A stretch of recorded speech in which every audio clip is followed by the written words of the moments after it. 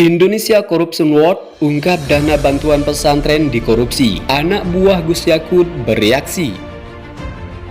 Kementerian Agama dituding menyelewengkan dana bantuan operasional pendidikan atau BOP pesantren dan lembaga pendidikan Islam seperti madrasah yang disalurkan pada Agustus 2020.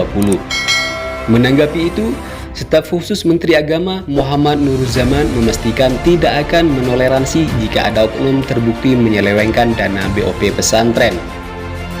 Tindak tegas, Kementerian Agama berprinsip zero toleransi terhadap siapapun yang hendak melakukan penyelewengan dana BOP. Tegas Muhammad Nuruzzaman di Jakarta, Rabu 1 Juni 2020. Ia menjelaskan ada beberapa kasus penyelewengan dana BOP pesantren pada tahun anggaran 2020. Sebagian kasusnya dalam proses hukum dan sebagian kasus telah disidangkan. Bahkan, pelaku penyelewengan dana BOP pesantren juga telah dijatuhi hukuman pidana. Jelasnya, menurut Nuruzzaman, Menteri Agama Yakut Khalil Qaumas sejak menjabat pada akhir Desember 2020 langsung melakukan pembenahan di Kementerian Agama.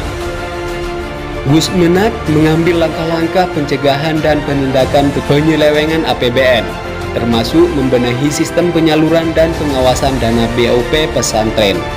Nuruzzaman menegaskan, Kementerian Agama di bawah kepemimpinan Gus Yakut bertekad memberantas segala bentuk penyelewengan. Oleh karena itu, pihaknya tidak akan menutup-nutupi kasus-kasus penyelewengan yang terjadi sebelumnya dan bahkan menjalin kerjasama dengan institusi penegakan hukum dan organisasi masyarakat sipil untuk mencegah dan memberantas penyelewengan dana BOP pesantren. Kemenak menanggapi positif pemberitaan ramai belakangan ini mengenai penyelewengan dana BOP pesantren pasca rilis temuan ICW. Ini kasus lama. Data-data yang diolah menjadi temuan ICW tersebut sebenarnya juga sebagian bersumber dari Kementerian Agama. Hal ini menunjukkan bahwa Kementerian Agama sungguh-sungguh dalam komitmennya untuk secara transparan dan akuntabel dalam melakukan pembenahan dan pemberantasan segala penyelewengan.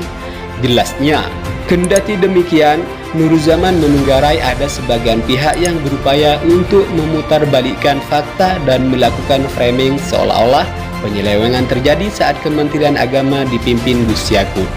Hal ini tentu perlu diluruskan agar masyarakat luas mendapat informasi yang jernih dan dapat dipertanggungjawabkan. Dana BOP pesantren merupakan wujud komitmen pemerintah untuk mendukung kemajuan pesantren dan para santri. Komitmen ini tentu perlu kita kawal bersama agar tepat sasaran, tutur Nuruzzaman. Kita tentu tidak menginginkan pesantren dan santri menjadi korban stigma negatif akibat ulah segelintir oknum yang melakukan penyelewengan. Pesantren dan kaum santri sejatinya adalah institusi dan komunitas yang punya jejak sejarah panjang dan merupakan modal besar bagi kemajuan bangsa dan masyarakat Indonesia di masa depan, tandasnya.